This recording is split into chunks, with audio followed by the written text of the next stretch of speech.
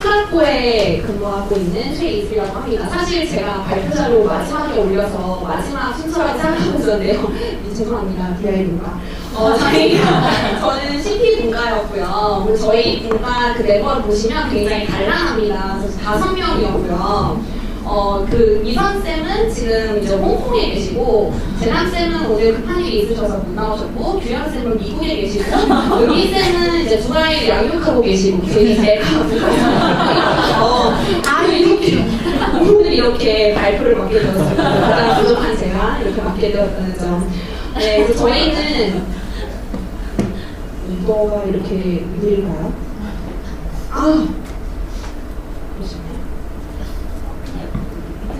이거 이렇게.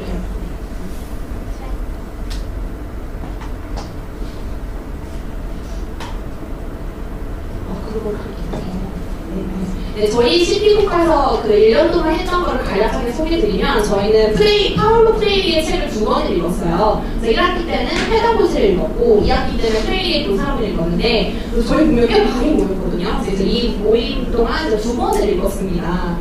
그래서 사실 마지막 모임 날짜를 보시면 어제예요. 1월 15일날 이제 마지막 랩업까지 다 했는데 저 발표를 주면 너무 어려워가지고 이거 진짜 와닿지 않는, 왜냐면 이게 이 프레이리 선생님께서 어쨌든 큰 틀, 어떤 원로적인 얘기를 해주신 거라서 와닿지 않는 부분도 많고 이해가 안 되는 부분도 많아서 선생님들이 긴급 SOS를 드려가지고 진짜 어제 밤에 오후 7시에 못 만나서 이제 기쁜 논의를 하고 이제 제가 발표 자리 이제 내용을 정리했습니다. 그래서 저는 이번 발표에서는 죄송합니다. 어떡해. 우리 이게 슬라이드 쇼가 안 되는 거죠. 네네. 제가 해드릴게요. 받아주시라고요?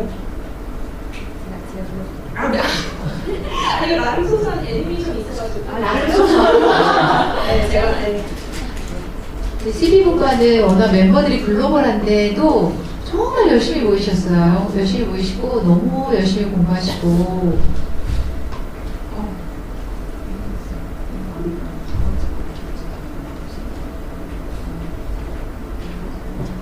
네, 그래서 저희는 2학기 때는 2학기 때 읽은 프레이리의 교사론으로 오늘 발표 내용을 정했는데요. 이게 그 서브타이틀이 Letters to those who dare teach예요. 그러니까 이게 기꺼이 가르치는 이들에게 보내는 편지가 이제 부제인데, 여기서 얘기하고자 하는 게 이 가르치는 게 결국 쉬운 건 아니다. 그래서 이렇게 전문적인 과학인데 이걸 감히 하려면 Letters to those who dare teach하는 이제 이런 교사들에게 보내는 편지라고 되어 있어서 이 제목이 있습니다. 그리고 사실 그 임규현 선생님께서는 이 책을 하실지 모르는 상태에서 이제 미국에 가셨으니까 책이 없으셔서 이제 영어로 읽으셨고, 임규현 선생님은 그래서 저희에게 영어 원문을 제공해 주신 역할을 담당해 주셨습니다. 근데 이게 사실 프레이리 혹시 들어보셨는지 모르겠는데 되게 유명하신 분인 것 같아요. 그래서 거대한 단문의 어떤 이야기인데, 그래서 어떤 걸 이렇게 위주로 얘기를 해야 될까 하는데 저희 선생님들께서는 어쨌든 가장 중요한 개념은 프락시스다. 왜냐면 이 프락시스가 결국 실천인데 실천을 안 하면 뭐가 의미가 있겠냐. 그래서 저희가 프락시스를 이렇게 중점으로 두고 나머지 주요 개념들을 다뤄보는 방식으로 하고자 합니다. 근데 이제 여기서 얘기하는 실천이 그냥 하는 실천은 아니에요. 왜냐하면 의식적 실천이거든요. 그래서 이게 어떤 비판적인 사고 이런 것들을 이제 기반으로 한 실천이기 때문에 이런 의미에서 프락시스가 의미가 있다. 그래서 이제 발표에 앞서서 사실 다른 선생님들이 발표 내용을 듣는데 우리의 발표가 다 포괄하고 있는 것 같은 거예요. 맞아요. 네, 근데 사실 또 저희가 어떤 구체적인 사례를 드리지 못하거든요. 그래서 이제 그 방향을 이제 염두에 두시고 들어주시면 감사하겠습니다. 근데 어떤 것부터 얘기하면 좋을까 이제 생각을 해봤는데 사실 이 개념들이 이게 뭔가 다 관련이 없는 게 아니고 결국은 다 하나예요. 그러니까 다 사후 관련이 되어 있는 주제인데 제가 편의상 이거 2개부터 먼저 얘기를 해보겠습니다. 왜냐하면 이 프락시스가 이게 프레이리 선생님이 얘기하시고자 하는 게 교사가 프락시스를 해야 한다. 그러니까 우리가 이런 의식적 실천을 해야 된다. 그리고 궁극적으로는 우리가 이걸 학생들에게 가르칠 수 있어야 된다. 학생들도 프락시스를 할 수 있도록.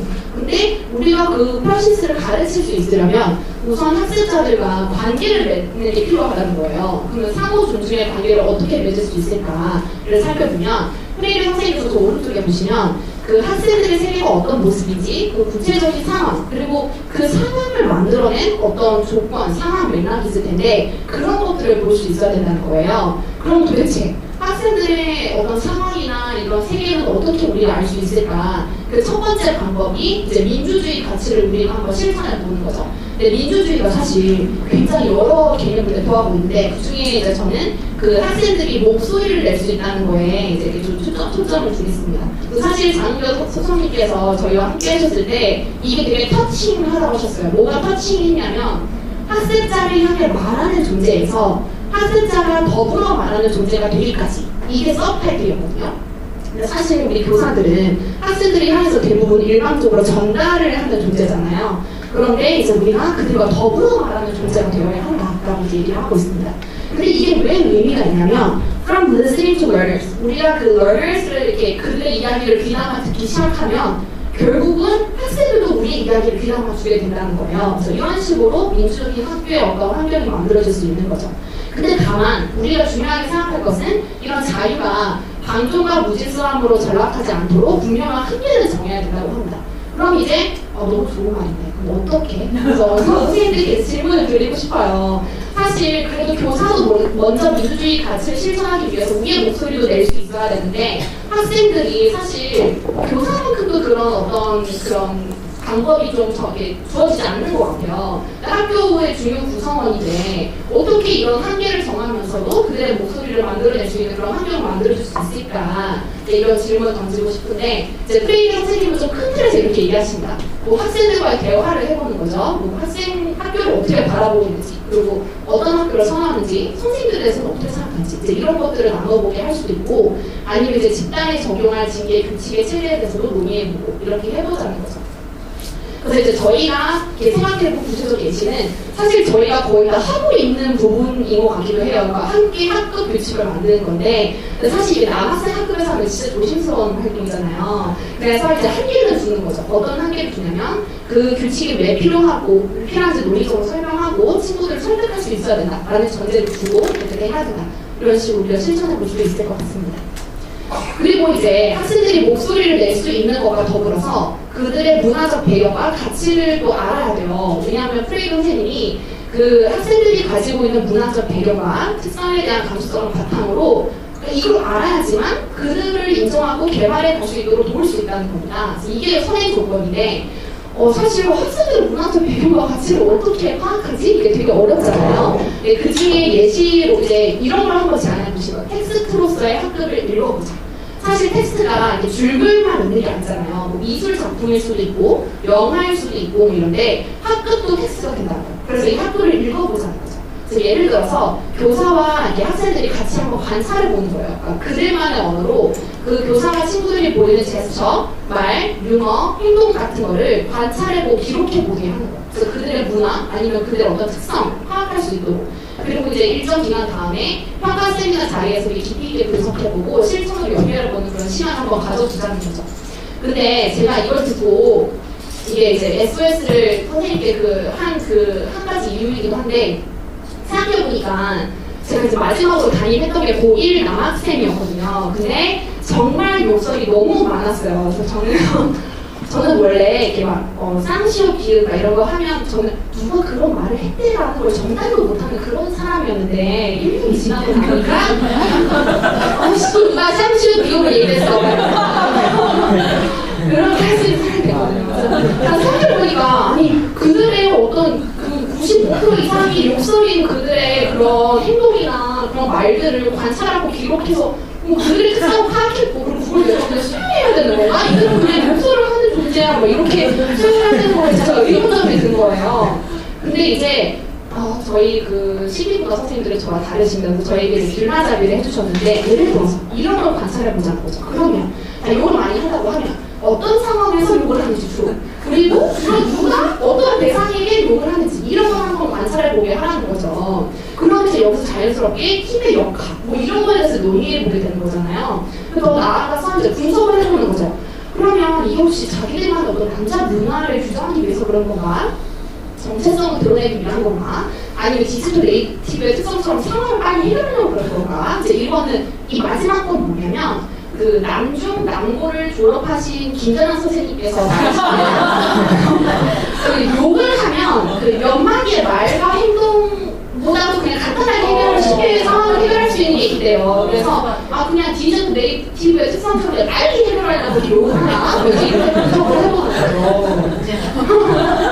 네, 그래서 이제 학생들이 사실 그 욕하고 막 쌍시오 비유시오 아니고 지금 막 이런 욕을 하면서 그런 지나쳤던 일상의 당연한 그런 장면들을 사실 그냥 원래 우리 반은 이래 이러고 넘어갔을 수 있었는데 이렇게 너무 당연했던 것을 이렇게 비판적으로 생각해보고 그걸 다시 한번 한 걸음 떨어져서 분석해보고 근데 이렇게 해보니까 약간 문제의식이 드러날 거 아니에요. 그러면 이런 문제의식을 바탕으로 그럼 우리가 뭘 바꿔볼 수 있을까? 어떤 실천 방안을 내놓을 수 있을까까지 나가는 게 이제 이게 바로 사실 프락시스의 핵심 개념이거든요.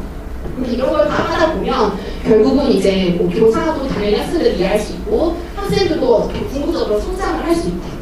그래서 사실 발표는 지금 맞춰도 돼요. 왜냐하면 이게 핵심이거든요. 이제 너무 아쉬우니까 프락시스의 개념을 좀 다른 키워드와 함께 더 나눠보도록 하겠습니다. 그래서 이제 두 가지는 다르고 이제 본격적으로 조금 더 핵심 개념이 탐구와 저항의 능력으로 이제 들어가 보려고 해요. 근데 이 프락시스가 그냥 실천하는 게 아니고 내가 주체적인 요구와 관심을 분명히 의식하고 표현한다고 되어 있어요. 이걸 하려면 탐구가 선행이 되어야 되겠죠. 그리고 이제 탐구를 하다 보면 문제의식이 분명 드러날 거고 그걸 바꿔보려고 하는 그런 자세가 필요하기 때문에 당연히 저항의 역량으로 이어지는 그런 부분이 있습니다. 좀 더 구체적으로 보자면 사실 다른 분과에서도 이런 개념을 다 많이 다뤄주셨던 것 같아요. 그 탐구라는 것은 결국은 읽기 행위를 내포하는 건데 프레이의 선생님은 읽기, 쓰기, 생각하기는 분리될 수 없다고 하세요. 그러니까 결국은 탐구는 읽기, 쓰기, 생각하기 다 함께 있는 거죠. 근데 이제 사실 프레이 선생님이 이제 이런 걸 우리가 훈련시켜야 된다고 이런 문구 들어보셨을 거예요. Reading the word and the word. 이거를 이제 우리가 계속해서 훈련시켜야 된다고 하는데 제가 이걸 읽고 잘 안 와닿는데 약간 이런 생각이 들었어요. 그래서 저희 그 조은비 선생님께서 사진 찾아주셨고 김희선 선생님께서 예시를 주셨는데 사실 김희선 선생님 그 연수 들으셨던 분들은 아시는 사례일 거예요. 그 Along Walk to Water에 순한 난민 등장하잖아요. 근데 이제 그런 읽기 내용을 읽고 이거를 일상의 경험과 한번 영화 지어보는 거죠. 우리나라의 맥락에서는 우리 동네에서는 이렇게 생각해보는 거죠. 근데 생각해봤을 때 우리나라의 장애 학생들이 이제 떠오르는 거죠. 그럼 이제 이거를 학교, 스쿨 랭귀지를 통해서 일반화를 해야죠. 그래서 토의와 논의를 합니다. 예를 들어서 장애 학생 학부모의 입장은 무엇이고 그들의 근거는 무엇인지 그리고 뭐 지역 거주민들의 입장은 무엇이고 그들의 근거는 무엇인지 그래서 이렇게 다각도로 살펴보는 그런 활동을 통해서 이제 일반화를 하는 거죠.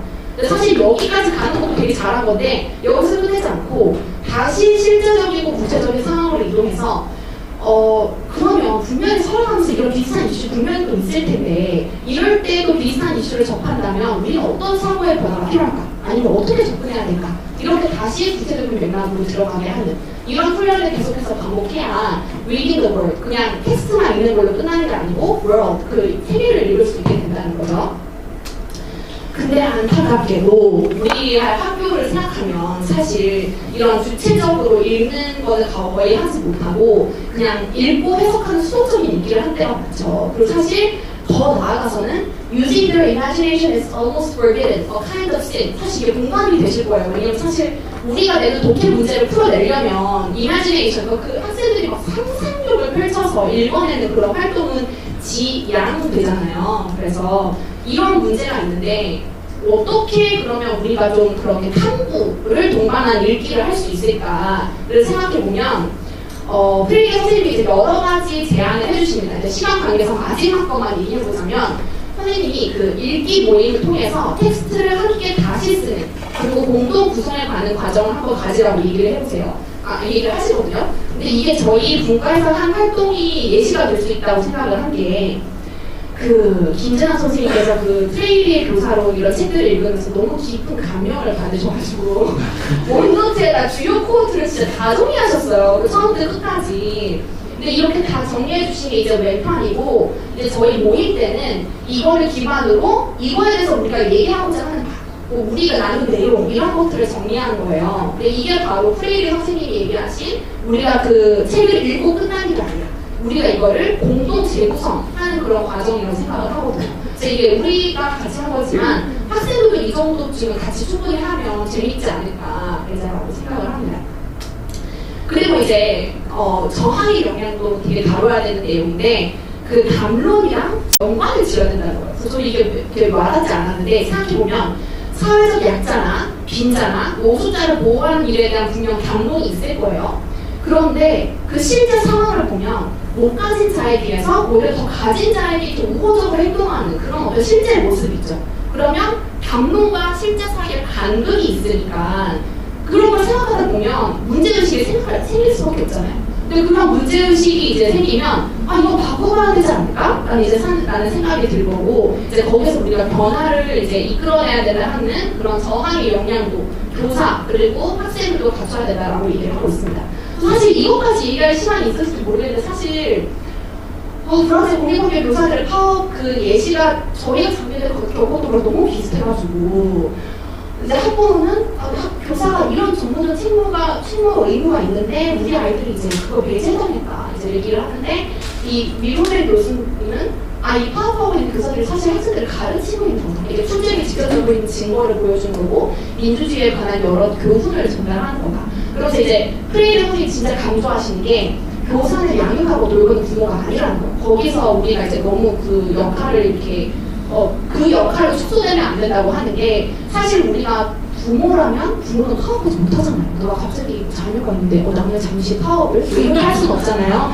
근데 이제 부모는 파업하지 못하지만 교사는 전문적인 존재로 남아서 이런 저항 행동을 하고 이걸 학생들도 보여주고 학생들도 할 수 있도록 해야 된다라고 하는 게 프레이리 선생님의 입장이었습니다.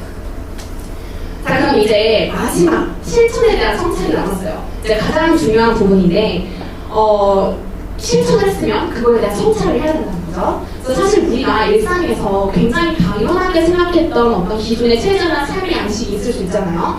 저희가 학교에서 당연하게 해왔던 것들, 뭐 예를 들어 티칭 프랙티스 중에 우리 학교에서는 항상 이렇게 해, 우리 모두가 이렇게 해왔어 하는 어떤 평가 시스템이나 아니면 어떤 뭐 수행평가 방식이나 여러 가지가 있을 텐데 그런 것들을 그냥 수용하는 게 아니라 이거에 대해서 문제 제기를 해보는 거죠. 근데 이게 정말 최선인가? 이렇게 하면 학생들의 성장이 일어날까? 뭐 이런 식으로 문제 제기를 하다가 그러면 바꿔봐야 되지 않을까?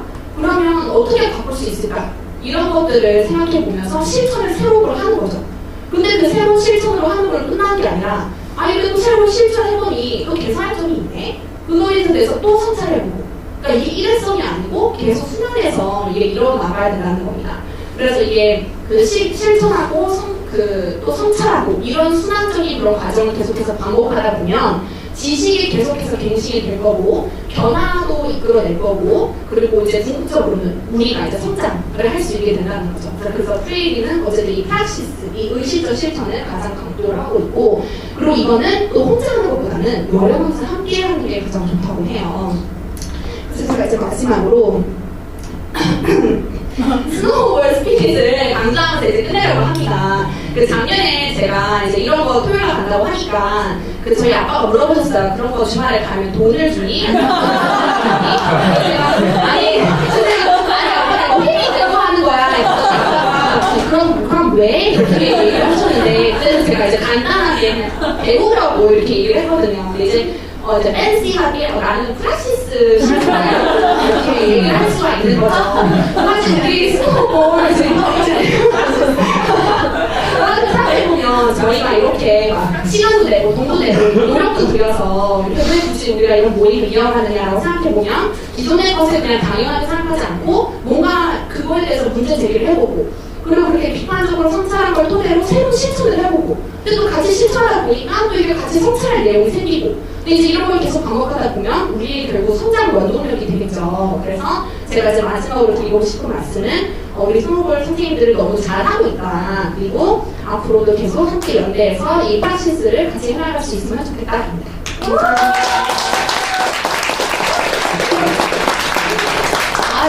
락스프레이까지요.